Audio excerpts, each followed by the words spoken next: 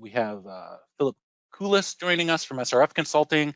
Topic, dynamic flashing yellow arrow system development. We've seen a lot of these more and more in different parts of the country, so I'm really interested to hear your presentation, Phil. And Phil's a traffic engineer with SRF Consulting Group, SRF Consulting Group in Minneapolis. 8 years experience working in transportation and traffic engineering, focusing on a number of great things: traffic operations, transit operations, TSP, roundabouts, signal operations, and detailed traffic signal controller interface as well. Sorry, I butchered that a little bit. Phil, you can expand on your own, of course. We're glad to have you here, and we look forward to your presentation. Go ahead. All right. You may be muted. There we go. All right, I figured out where the unmute button is. All right, get this out of the way somewhere. All right, thanks, Bill. Yeah, so as was discussed, I'm going to be talking about flashing yellow arrow and a project where we were looking at making the changing of the different phasing modes dynamic within the controller and making it so they aren't just static decisions as to what phasing is being run. So here's just an overview of what I'll be talking about today. First of all, I'm just going to talk about flashing yellow arrows, provide an overview for anyone that doesn't know what a flashing yellow arrow is and all the capabilities that they have. I'm going to be talking about the project that this work was done under and the framework for that. Then I'll move on to really what we were trying to do with this project, what were we trying to solve, and what were we trying to implement in the field, and how VSIM tied into that and helped us get to the end solution. Then I'll be talking about the results of the project, and lastly, the lessons learned and considerations moving forward for the framework and the results of this project. All right, so jumping into flashing yellow arrows, hopefully some people have a background, but for anyone that doesn't, flashing yellow arrows, they've been around now for almost 20 years. The first one being as part of the NCHRP report 493. This was a research project that ultimately determined the flashing yellow arrow was the best way really to provide left turn phasing. It was one way that would eliminate the yellow trap, which occurs with the standard 5-second heads when you're trying to lag them. Basically, over here with these standard ones, you can't do lag and protected permissive phasing, or you create a situation where there's the yellow trap. So through this research, it was determined that the flashing yellow arrow was more well understood compared to the green balls as well. And then really the side benefit is that you can change the phasing throughout the day. So it's not always going to operate in one way. So before, when you had protected phasing, it was protected 24/7. Or if you had permissive, it was always permissive. So with the flashing yellow arrow, you're able to change it by time of day, you're able to change it by varying traffic conditions and run all 3 left turn phasing types. Some more background on the flashing yellow arrows. So Minnesota was actually one of the first states that tested them, with the first one being in 2006. And then in 2009, it was formally adopted into the MUTCD. And in 2010, Minnesota began permanent installations of them around the state. And now there are over 500 flashing yellow arrow intersections around the state. And the flashing yellow arrow indication is pretty much the standard for all new intersections. Even if they really plan on it running protected only for the majority of the day, they're putting them in just to then have the flexibility to change the phasing mode as needed and if conditions change.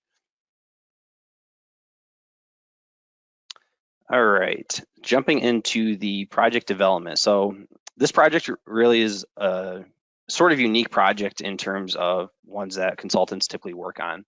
So MnDOT, every 2 years, they put out a solicitation where you come to MnDOT with a project that you want to implement. It's called the Innovative Ideas Project. So it's something that's supposed to be forward thinking, something that is more research based, but it's applied research. So they want something that they can put on the ground and actually test out in the field and get results from. So it's more research focused, but it's research focused on the sense of the implementation. They're looking for things that are almost field ready that they could be implemented.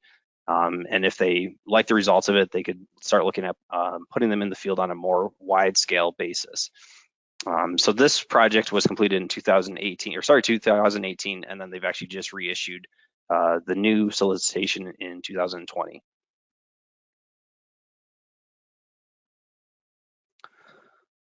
So for this project, we approach MnDOT with the understanding that they have a lot of flashing yellow arrow intersections, but they're pretty much static in terms of how they're using them, in the sense that they have them, but they are delaying flashing yellow arrows on a consistent basis, and they're also making time of day decisions based on historical traffic volumes. They're not based on actual traffic volumes in the field. So really what we were looking at doing was varying the left turn phasing mode by what the actual conditions in the field are. So if there's heavy conflicting volume, there's really no gaps for vehicles to take. We'd be looking at switching to protected only. Whereas if there are a lot of gaps and there's really low conflicting volume and there's low volume for that left turn, maybe being able to make those lefts permissively. There's not really a huge need for them to be finding gaps. It's not like it's a strenuous activity when it's low volume. You can easily find gaps to take that are safe. And then the other side of this project was the delay start of flashing yellow arrow. So with the flashing yellow arrows, you can delay the start of it. So the lane beside you would go green, but then you can actually have the arrow hold red for a couple seconds. And really, this is being done as a safety perspective. Some agencies, what they were doing is they were seeing vehicles jump off the line once it went flashing yellow. So this is to allow the opposing traffic to establish themselves in the intersection first. So we recognized that there was the ability to have a more dynamic system, that we could be doing these dynamically based on real conditions instead of pre-programming in what we wanted the flashing yellow arrow to delay for, and then also making predetermined time of day decisions for what the phasing should be based on traffic conditions. So really we were trying to make this dynamic. We were trying to make it so it was less maintenance from the agency and it was more appropriate for what the actual conditions in the field were. So a continuation of that, as I had mentioned before, MnDOT really is looking at projects that are field implementable starting immediately. They aren't looking for trying to do research that could maybe be implemented in 10, 15 years. They're looking for something that could be in the field, live, controlling traffic almost immediately. So as part of that, we were tasked with using the existing detection, whether that was loops or video, and then using the existing controllers that they had in the field. So we weren't adding on any new hardware in the field, and we weren't really implementing new software based on those requirements of basically trying to use the existing infrastructure. We were trying to do this for low cost, so it was basically all of our time, and there really wasn't any additional infrastructure costs that MnDOT was incurring to implement this project. And here's just a graph I can just explain here. So traditionally what MnDOT does before this project was look at what the traffic volumes are, look at the left turning volume, look at what's conflicting with it, look at the opposing left turn, and then they're making determinations for how to run the left turn phasing. Example here, volumes are starting to increase in the AM peak. These are profiles here for volumes. They're starting to increase in the AM, so it's going to protected only on main line. Then volumes start to go down again. Okay, we can probably run protected permissive around the intersection. PM volumes overall throughout the intersection are higher, so maybe we should be going to protected only on all approaches. And these determinations would be made ahead of time based on pre-collected video or pre-collected counts, and then making those decisions ahead.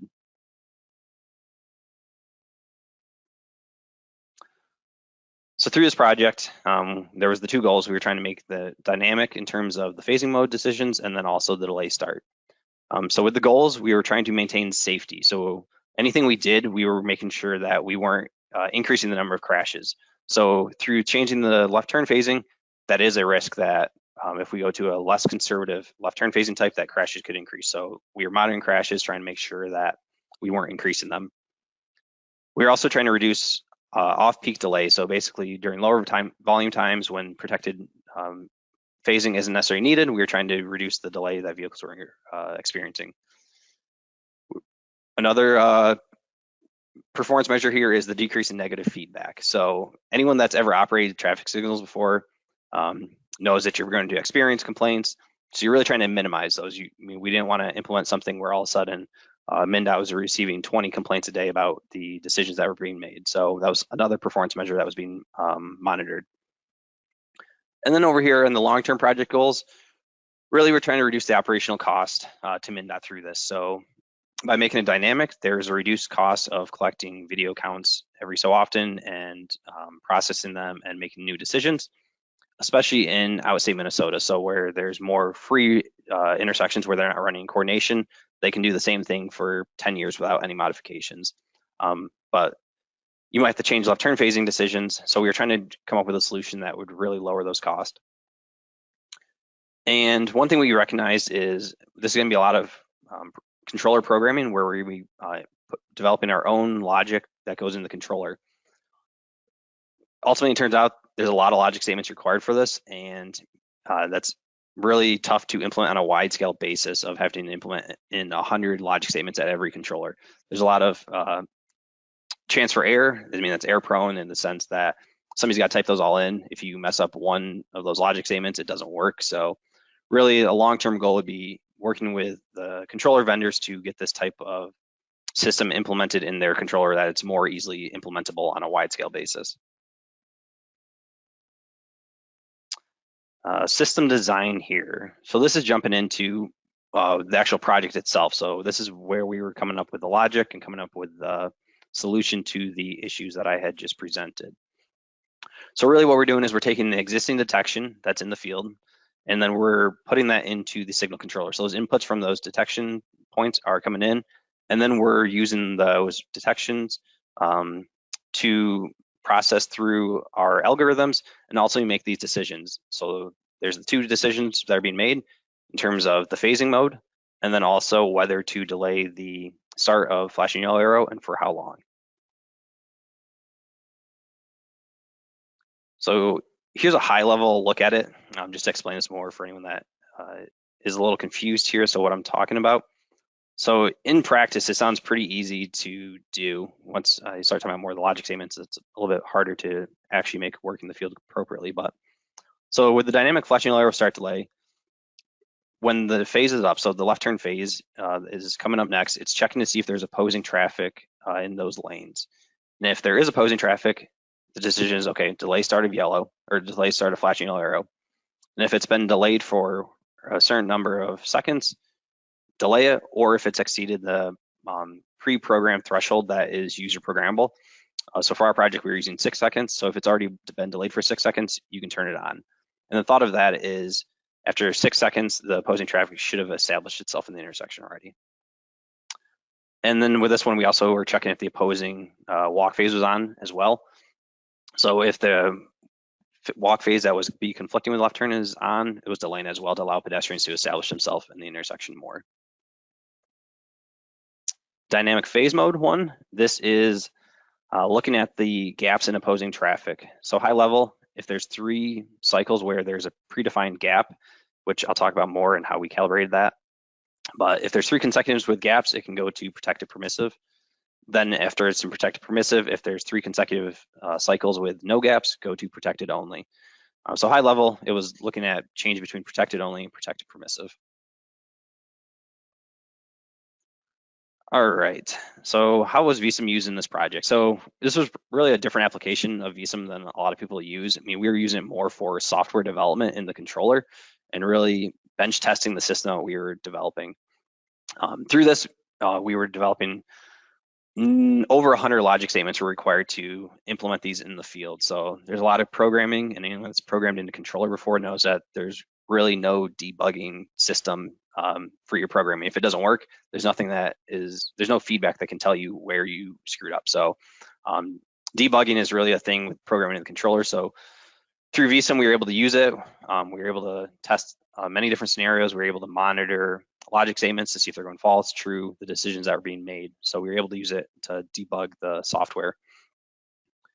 And then really once it was debugged, we used VSIM to run thousands of real world scenarios. So we loaded in traffic volumes and we fluctuated those. We ran many different scenarios.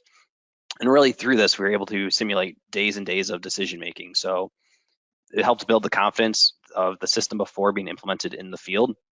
And we were able to replicate just real world conditions. We were then able to monitor the logic statements and the decisions they were making and really determine if the decisions were being made or what we expected.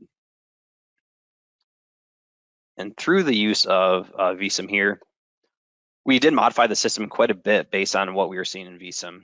And one of the key areas was really trying to replicate the existing time of day decisions that were being made.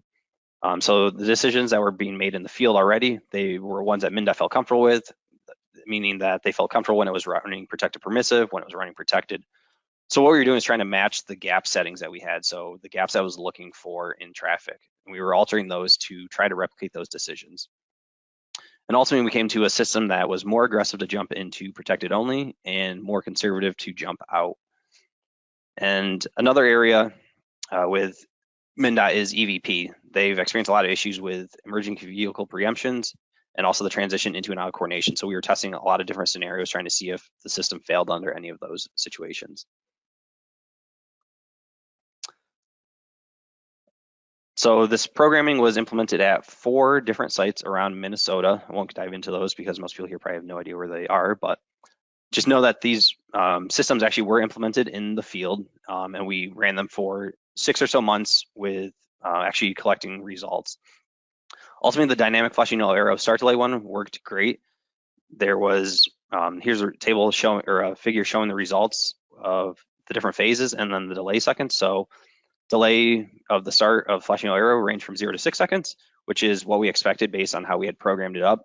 And it was making consistent decisions throughout the day and really made decisions that were what we were expecting. And then there was also no crashes or complaints at any of these intersections. So overall, the dynamic flashing yellow arrow start delay was a huge success, and we've actually implemented it at several other intersections around Minnesota, and it's starting to be implemented on a more wide-scale basis. And really, here's some of the slides that show some of the benefits of varying the phasing mode by dynamic traffic conditions and not just doing it by a predetermined time of day schedule. So really, as you can see here on the left, this is weekdays pre-COVID, and over on the right, it's weekdays post-COVID. The blue lines are showing % of days that are running protected only throughout the day. And then over on the right, you can see that there's a lot smaller blue. Those are running protected for a lot smaller portion. So once COVID hit, traffic volumes really decreased. The system was able to adapt to those conditions and really dial back the amount of time it was running protected only based on those conditions. Same was true for the weekends as well. As I'd mentioned, it's being implemented around several different agencies around Minnesota. And I had hinted at this before, but with the dynamic flashing yellow arrow start delay, it was easy to implement. It's not a lot of logic statements, and agencies have really found it's a great way to improve the safety at their intersections by preventing vehicles from jumping off the line when their flashing yellow arrow comes up, but also not introducing delay when there's no one opposing them. The left turn phasing mode, this one was a little bit different. So we successfully showed proof of concept and that it could be done. We did change decisions based on real-time traffic conditions. The downside of this project is that it did require a lot of controller programming, and it was really too complex to do on a wide-scale basis without more so implementing it into the controller itself and working with the vendors. So that's the point we're at now, is when we showed proof of concept, we showed that there is value to it. But actually implementing this on a wide-scale basis is more challenging just due to the significant amount of programming that is required to do. So overall, I mean, the project was a success. We met the goals we were trying to do. We showed proof of concept. We came up with systems that varied the flashing yellow arrow operations by actual real-time traffic conditions. And VSIM was a huge help in programming and troubleshooting and really coming up with the logic that is required to do this. So thank you, PTV, for having software that allowed us to do this. All right, Philip, thank you very much. We know it's tight schedule today, and thanks for getting all that great information in there. Thanks for showing your contact info. There's a few questions here specifically. We're really running low on time, and they're kind of very specific questions, good ones for sure. But maybe my colleagues can put in the chat box. We'll get back to the questions later. Philip and other presenters will be in contact for that as well. So thank you so much for presenting. We really appreciate it, and hope you stick around for the remainder of the UGM.